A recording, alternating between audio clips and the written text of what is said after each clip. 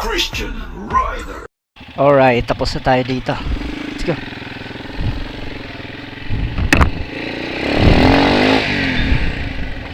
So guys, hello sa inyong lahat. Welcome to our YouTube and Facebook page. Yan. So today's vlog mga kapatid ay nandito na naman tayo sa San Jose. Kasi pumunta tayo mga kapatid sa Cabarrus Catholic College. So shout out sa lahat ng taga Cabarrus Catholic College mga kapatid. And medyo nakapaghintay tayo ng mga 2 oras sa ating customer. So sabi ko, maawa ka naman po miss, 2 oras na ako dito sa labas. So nag-explain naman yung customer, sabi niya, sorry sir, nag-volleyball kasi ako. Before tayo bumalik mga kapatid sa shop ay may gusto akong i-share sa inyo about sa ating motor na 7 years old na mga kapatid. Ang aking MJ2 ay 7 years old na. So pakita ko sa inyo ang kanyang itsura ngayon mga kapatid. Aray! So ito na ngayon yung itsura ng ating Mojo 200. So naka-paint na yan ng all black, pero ipapa-repaint pa natin ulit yan. At ito sakyan na natin. Ayan. So kung makikita nyo mga kapatid, malaki na yung pagbabago ng ating Mojo 200.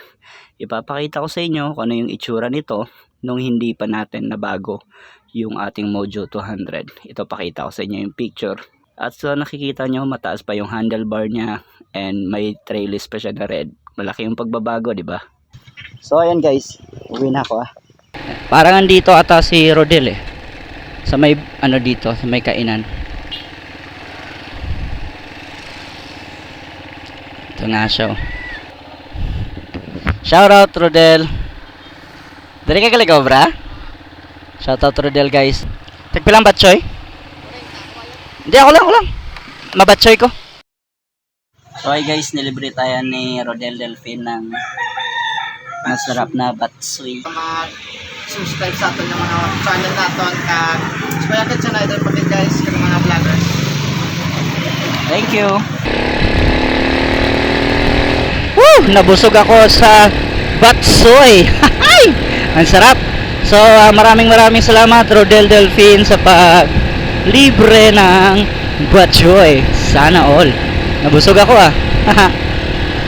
So umiinom kasi ako ng gamot ngayon mga kapatid, antibiotic. Kaya mabilis akong gutumin. Although nag-lunch naman ako kanina, pero maya kain na naman ulit mga kapatid. Hindi na tayo papayat nito. Last time nagpapayat ako mga kapatid, nag-gym, tapos fasting, hindi masyadong kumakain, no?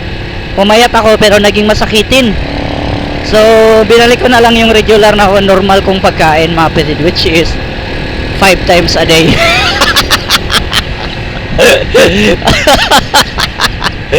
Kasi minsan, for example, nag-lunch ako, kakain ako ulit niyan mga alas 4 mga kapatid. Kahit anong ano lang. Tapos mag-dinner sa gabi. Then minsan alas 12 ng madaling araw or alauna, nagigising ako sa gutom.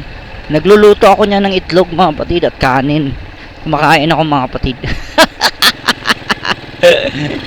Hina-aksidente mga kapatid.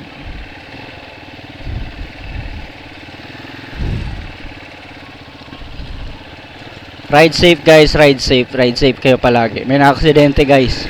Minor lang naman, minor. Hindi naman as in na malala. The Christian Rider.